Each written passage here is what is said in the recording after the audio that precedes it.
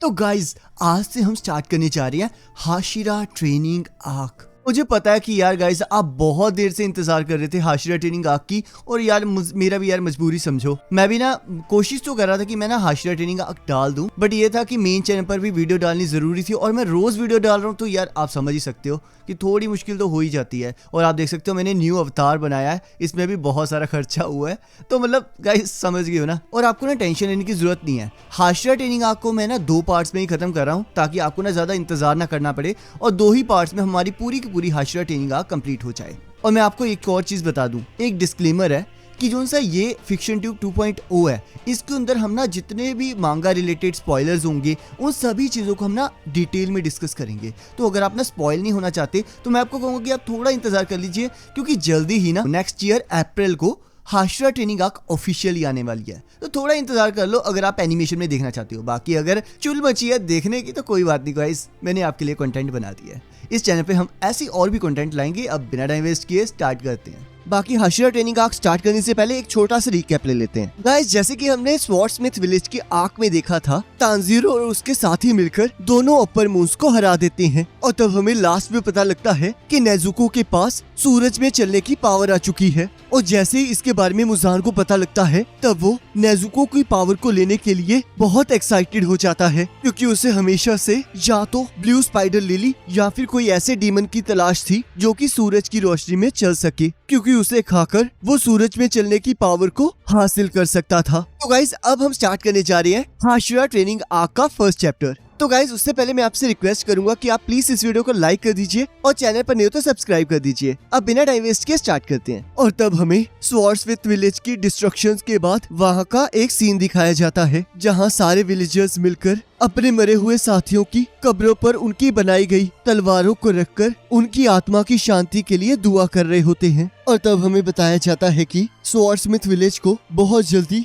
Rebuilt और relocate किया गया, क्योंकि स्वॉर्डस्मिथ विलेज पर अटैक के बाद उनकी लोकेशन रिवील हो चुकी थी और डीमंस कभी भी उन पर हमला करके डीमन स्लेयर कॉर्प्स को कमजोर कर सकते थे। और तब हम यहाँ देखते हैं 1 हफ्ता आराम करने के बाद तांजीरो को होश आ जाता है, और तब गोटो तांजीरो को बाकी सभी हाशिरास के ठीक होने की खबर देता है, जिससे तांजीरो बहुत खुश होता है। और तब गोटो तांजीरो से उसकी बहन के बारे में पूछता है। तब तांजीरो उसे बताता है अब उसके पास धूप में चलने की पावर आ चुकी है, और अब ये देखा जा रहा है कि वो एक ह्यूमन में कन्वर्ट हो रही है या फिर एक डीमन के तौर पर इवॉल्व हो रही है। और तब गोटो पूछता है तो क्या लेडी शिनोबु उसका ध्यान रख रही है? तब तांजीरो तो मायो का नाम लेता है, पर गोटो को कुछ समझ नहीं आ रहा होता। गाइस मैं यहाँ पर आपको बता दूं, यहाँ पर ना गोटो इसलिए परेशान हो रहा है क्योंकि तमाओ के बारे में मास्टर और तांजीरो के अलावा कोई नहीं जानता है, और क्योंकि वो एक डीमन है इसलिए इस राज को राज ही रखा गया था होता। और तब यहाँ गोटो तांजीरो से उसकी बहन और बाकी केयर टेकर्स के बारे में पूछता है। तब तांजीरो कहता है वो सभी लोग बाहर नेजुको के साथ खेल रही हैं, और उन्हीं की वजह से अब नेजुको दोबारा से अच्छे से बोल पा रही है। और तब हम यहाँ देखते हैं जेनित्सु नेजुको को देखकर बहुत ज्यादा एक्साइटेड हो जाता है और कहता है तुम तो बहुत ज्यादा क्यूट लग रही हो,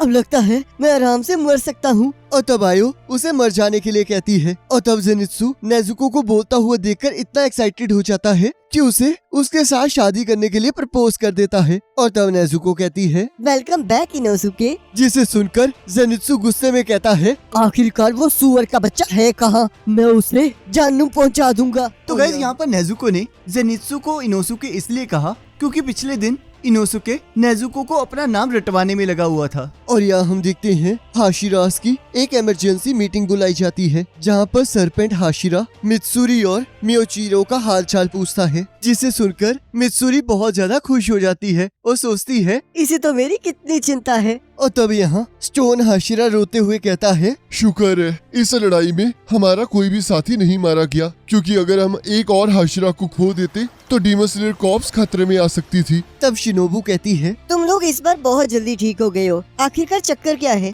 और तब गियू कहता है ये बात तो अब हमें मास्टर ही बताएंगे। और तब हम देखते हैं वहाँ मास्टर की वाइफ लेडी अमाने आ जाती हैं, जो कि उनसे कहती हैं कि मुझे माफ करना, पर मास्टर की तबीयत अभी ठीक नहीं है, तो इसलिए इस बार की मीटिंग को मैं आगे बढ़ाऊंगी। और तब स्टोन हाशिरा मास्टर और लेडी अमाने की अच्छी सेहत के लिए दुआ करने की बात करता है। और तब लेडी अमाने कहती हैं, मुझे यकीन है कि आप सभी को पता होगा कि एक ऐसा डीमन अपीयर हुआ है जो कि सूरज की रोशनी में भी चल सकता है, और अब ये बात मुजान को भी पता लग चुकी है, तो अब वो बहुत जल्द उस डीमन को हासिल करने के लिए यहाँ आ सकता है। और तब डीमन स्लेयर कॉर्प्स को उसके साथ लड़ाई करनी पड़ सकती है। और उसके बाद मुझे ये भी रिपोर्ट मिली है कि अपर रैंक 4 और अपर रैंक 5 की लड़ाई के दौरान कुछ हाशिरास के शरीर पर अजीब से निशान अपीयर हुए हैं, तो मैं चाहती हूँ कि वो अपने मार्क के बारे में हमें कुछ बताएं। और हम देखती हैं मित्सुरी और मियोचिरो को इसके बारे में कुछ समझ नहीं आ रहा होता। तब लेडी अमाने कहती हैं, सेंगोकू पीरियड में एक स्वॉर्ड्समैन था जिसने मुजान को अपनी फर्स्ट ब्रीथिंग स्टाइल को यूज करके लगभग हरा ही दिया था,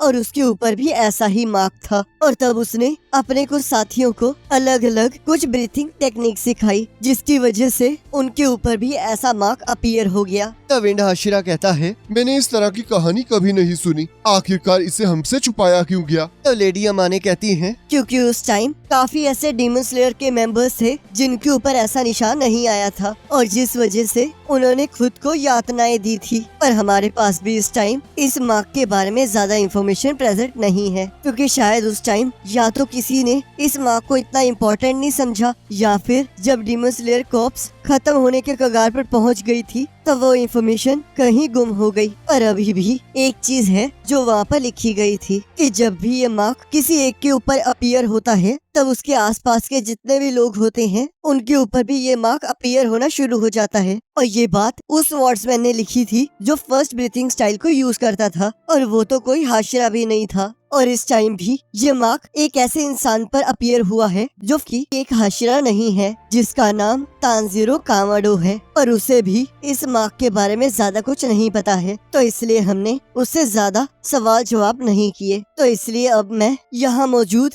हाशिरास को रिक्वेस्ट करना चाहती हूँ कि वो हमें बताएं कि उनके ऊपर यह मार्क किस तरह आया। और तब हम देखते हैं मित्सुरी एक्साइटेड होकर अपनी लड़ाई के बारे में बात करने लगती है, पर उसकी बात किसी को समझ नहीं आ रही होती, और उसे भी तानजीरो की तरह ज्यादा कुछ नहीं पता होता। और तब मियोचिरो कहता है, मुझे इस मार्क के बारे में ज्यादा कुछ तो नहीं पता है, पर मुझे अपनी लड़ाई की कुछ चीजें याद हैं, और मेरे हिसाब से वो चीजें करने पर शायद ये मार्क किसी पर अपीयर हो सकता है। जब मैं अपर मून से लड़ रहा था तब उसने मुझे जहर दे दिया था, जिसकी वजह से मैं मूव भी नहीं कर पा रहा था, और उस जहर को रोकने के लिए मैंने अपनी ब्रीथिंग को स्लो कर लिया था। और उन सब के बीच में एक लड़का मुझे बचाने की कोशिश कर रहा था, और वो भी मरने की कगार तक पहुंच चुका था। और तब मेरी मेमोरीज भी वापस आ गई, और उस टाइम मुझे इतना ज्यादा गुस्सा आ गया कि मैं अपने इमोशंस को कंट्रोल ही नहीं कर पाया, और शायद उस टाइम मेरा टेम्परेचर 39 डिग्री सेल्सियस से भी ज्यादा था। और इससे यही रिजल्ट निकलता है कि सर्वाइवल ही एक ऐसी चीज है जो कि मार्क और बिना मार्क वाले लोगों को अलग करती है। तब लेडी अमाने पूछती हैं, और आखिरकार तुम्हें कैसे पता कि तुम्हारा टेम्परेचर इतना हो चुका है? तब मियोचिरो कहता है, एक बार जब मैं बटरफ्लाई मैंशन में बीमार पड़ गया था तब उन्होंने मेरा टेम्परेचर नापा था,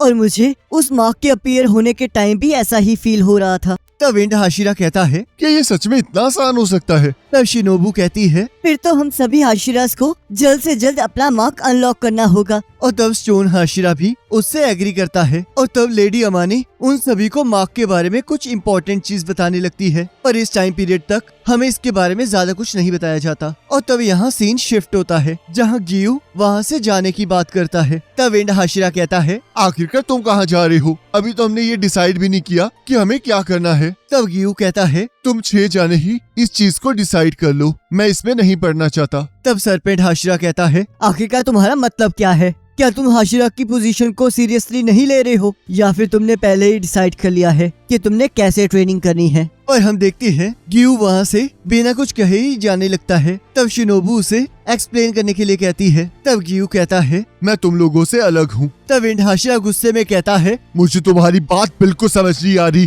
तुमने पहले भी ये बात की थी, क्या तुम हमें अपने जैसा काबिल नहीं समझते हो? और तब हम देखते हैं विंड हाशिरा गियू पर हमला करने लगता है। और तब हम देखते हैं स्टोन हाशिरा अपने ऑरा से सब लोगों को शांत कर देता है और सबको शांति से उसकी बात पास होने के लिए कहता है। और तब हम यहाँ देखते हैं बटरफ्लाई मेंशन में हैगे नेजुका तानजीरो से मिलने आए होते हैं और वो उसके लिए उसकी तलवार लाए होते हैं। और तब तानजीरो उस तलवार के ऊपर फ्लेम हाशिरा रेंगुकू का ब्लेड गार्ड देखकर बहुत खुश हो जाता है। और तब गोटो हैगे नेजुका की तबीयत खराब होने के कारण उन्हें बैठने के लिए कहता है। तब तानजीरो अपनी तलवार को देखकर बहुत एक्साइटेड हो जाता है। तब हैगे नेजुका कहते हैं, इसकी स्टील की क्वालिटी तो बहुत अच्छी है। लगता है जिसके पास भी ये तलवार थी वो बहुत ज्यादा स्ट्रॉन्ग था। और इसके ऊपर जो लेटर बना हुआ है इसका मतलब है मारना। और जिस वॉर्डस्मिथ ने इसे बनाया है उसने इसे इसलिए बनाया था क्योंकि वो चाहता था कि इस तलवार से सारे के सारे डीमंस मारे जाएं। और इसी वजह से उसने इसके ऊपर ये कैरेक्टर दिया था। और गाइज मैं आपको एक और चीज बता दूं, सेंगोकू पीरियड में रैंकिंग सिस्टम नहीं हुआ करते थे, तो इसलिए जो भी हाशिरा हुआ करते थे उनकी स्वॉर्ड्स के ऊपर ऐसा ही एक कैरेक्टर लिखा जाता था। और तब यहाँ तानजीरो कहता है, पर लड़ते टाइम तो मैंने ऐसा कोई कैरेक्टर देखा ही नहीं था। तब हैगे नेजुका कहते हैं, क्योंकि उस टाइम मैंने इसे पूरी तरह से पॉलिश नहीं किया था और तुमने मुझसे इसका काम पूरा होने से पहले ही ले लिया था, जिस वजह से मुझे अब तक दर्द हो रहा है। तुम्हें पता भी है कि इसे बनाते टाइम मुझे कितनी बार डिस्टर्ब किया गया और मुझे हर बार इसे दोबारा से शुरू करना पड़ा। और तब वो तानजीरो को मारने लगते हैं और उसे कहते हैं, अब तुम्हें इस चीज की भरपाई के लिए पूरी जिंदगी मुझे मिता ऋषि डांगो खिलाने होंगे। और तब हम देखते हैं हैगे नेजुका वहाँ से चले जाते हैं। और तब गैन्या उन्हें चुप रहने के लिए कहता है। और तब तानजीरो कहता है, मुझे माफ करना, पर अब तुम्हें ये शो सुनाई नहीं देगा। और तभी हम देखते हैं इनोसुके वहाँ की खिड़की तोड़कर अंदर आ जाता है और गोटो उसे इस बात के लिए डांटने लगता है। और गैन्या इस चीज से परेशान होकर कहता है, प्लीज कोई मुझे दूसरा रूम दे दो। और तब इनोसुके कहता है, मैंने सुना है कि यहाँ पर सारे स्ट्रॉन्ग लोग इकट्ठे होकर कुछ सिखा रहे हैं। तब तानजीरो कहता है, आखिरकार तुम किस बारे में बात कर रहे हो? तब इनोसुके कहता है, मुझे नहीं पता। और तब हम देखते हैं थोड़ी देर बाद लेडी शिनोबू इनोसुके को विंडो तोड़ने के लिए डांटने लगती है। और तब यहाँ जेनित्सु तानजीरो को बता रहा होता है कि मैंने वैसे तो सुना है कि सारे हाशिरास बहुत बिजी होते हैं, तो इसलिए वो सिर्फ कुछ सिलेक्टिव लोगों को ही ट्रेन करते हैं। और जब से नेजुको ने सूरज की रोशनी में चलना स्टार्ट किया है तब से डीमंस का हमला बिल्कुल ही खत्म हो चुका है, जिस वजह से सारे हाशिरास सिर्फ रात को काम करते हैं और दिन के टाइम अपनी ट्रेनिंग पर फोकस करते हैं। और मुझे तो लगता है ये किसी तूफान के आने से पहले की शांति है। तब तानजीरो कहता है, फिर तो ये ट्रेनिंग बहुत ज्यादा अमेजिंग होगी। तब जेनित्सु कहता है, इसमें अमेजिंग की क्या बात है? ये सब कुछ सोचने से तो अच्छा है कि हम मर ही जाएं। तब तानजीरो कहता है, पर किसी ताकतवर से लड़ने से हम बहुत सारी चीजें जल्दी सीख सकते हैं। तब जेनित्सु तानजीरो पर हमला करके कहता है, अगर तुम्हें ये आइडिया इतना ही अच्छा लग रहा है तो आज से हम दोस्त नहीं रहे। और वैसे भी तुम्हें फर्क ही क्या पड़ता है, तुम्हें तो इस टाइम हील हो रहे हो, तो इसलिए तो तुम्हें ट्रेनिंग पर जाना ही नहीं पड़ेगा। और तब जेनित्सु वहाँ से रोते हुए जाने लगता है। और तब तानजीरो जेनित्सु से कहता है, रुक जाओ जेनित्सु, मैं तुम्हारा थैंक यू कहना चाहता हूँ, क्योंकि जब मैं अपर रैंक डीमन 4 से लड़ रहा था तब मैं खड़ा भी नहीं हो पा रहा था, और तब मैंने तुम्हारे द्वारा सिखाई गई थंडर ब्रीथिंग टेक्निक से उस डीमन का सिर काट दिया। वैसे तो मैं तुम्हारी जितना फास्ट तो नहीं जा पाया, पर फिर भी तुम्हारी टेक्निक ने मेरी बहुत मदद की। तो इसी तरह अगर आप लोगों के साथ कनेक्शन बनाते हो तो एक दिन वो आपके मुसीबत के वक्त जरूर काम आते हैं। तो इसलिए तुम हाशिरा ट्रेनिंग में जो भी सीखोगे वो देखना, एक दिन तुम्हारे जरूर काम आएगा। तब जेनित्सु हंसते हुए कहता है, क्या तुम्हें सच में लगता है कि इस चीज से मेरा मूड ठीक हो जाएगा? और तब जेनित्सु हंसते हुए वहाँ से चला जाता है। और यहाँ हम देखते हैं एक क्रो आकर तानजीरो के सिर पर हमला कर देता है और उसे बताता है कि मास्टर की तरफ से एक लेटर आया है। और तब हम यहाँ देखते हैं साउंड हाशिरा टेंगन कुछ डीमन स्लेयर कॉर्प्स के मेंबर्स को ट्रेन करवा रहा होता है और वो लोग बुरी तरह थक चुके होते हैं। तब टेंजन कहता है, तुम लोग तो बहुत बेकार हो, अगर तुम ऐसे ही करते रहे तो तुम कभी भी एक अपर रैंक डीमन को नहीं हरा पाओगे। तो गाइस अब से हाशिरा ट्रेनिंग स्टार्ट होने वाली है, जिसमें जितने भी हाशिरास हैं वो अपने नीचे के जितने भी डीमन स्लेयर्स हैं उनको ट्रेन करेंगे। और यहाँ से हाशिरा ट्रेनिंग का फर्स्ट ट्रायल स्टार्ट हो जाता है, जहाँ टेंगन सभी को बेसिक फिजिकल टेक्निक सिखाएगा, मित्सुरी इन सभी को फ्लेक्सिबिलिटी सिखाएगी और म्यूचिरो इन्हें हाई स्पीड मूवमेंट सिखाएगा। और इसके बाद सरपेंट हाशिरा उन्हें स्वॉर्ड्समैनशिप सिखाएगा और विंड हाशिरा उन्हें एक तलवार से इनफाइनाइट स्ट्राइक करना सिखाएंगे और स्टोन हाशिरा उन्हें स्ट्रेंथ की ट्रेनिंग देंगे। और तब सारे हाशिरास एक एक करके सारे कॉर्प्स के मेंबर्स के साथ लड़ेंगे ताकि उनकी फिजिकल स्ट्रेंथ भी इम्प्रूव हो और शायद बॉडी का टेम्परेचर इंक्रीज होने से मे बी उनके ऊपर भी डीमन स्लेयर मार्क आ जाए। और जिन लोगों के पास ये मार्क पहले से ही आ चुका है वो अपने मार्क्स की कंडीशन को मेंटेन रखेंगे और साथ ही साथ अपनी लड़ाई की इंफॉर्मेशन को अपने बाकी कॉप मेंबर्स को बताएंगे ताकि वो लोग आने वाली लड़ाई के लिए तैयार रहें।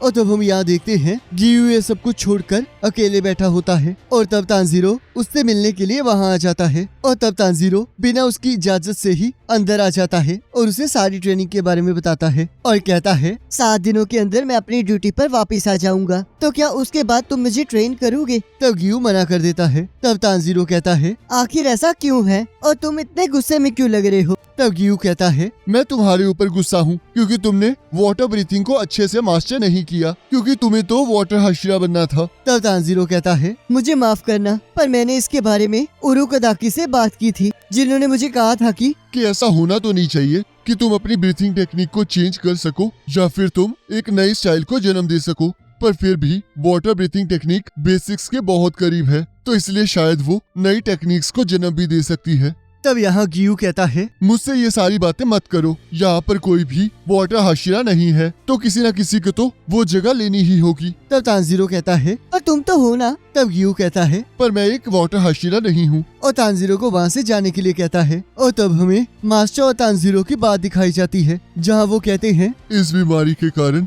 मैं यहाँ से हिल नहीं सकता और इसी के कारण मैं गियू से बात भी नहीं कर सकता, पर ये एक इम्पोर्टेंट टाइम है जिसके लिए हमें इकट्ठे आकर काम करना होगा, तो क्या तुम प्लीज मेरे लिए गियू से बात करोगे? गियू हमेशा सभी को पीछे छोड़कर अकेले काम करता है, तो क्या तुम उसे सबके साथ काम करना सिखाओगे? और तुम्हें इस चीज के लिए बहुत ज्यादा जिद्दी होना पड़ेगा। और तब तानजीरो मास्टर की बातों को मान जाता है। तब गाइस यहाँ पर हम देखते हैं मास्टर की बात मानकर तानजीरो गियू के पीछे ही पड़ जाता है, जिससे गियू बहुत ज्यादा परेशान हो चुका होता है। तो गियू सोचता है आखिरकार ये मैं कहाँ फंस गया, क्या मैं इससे बात करके इस चीज को सॉल्व नहीं कर सकता?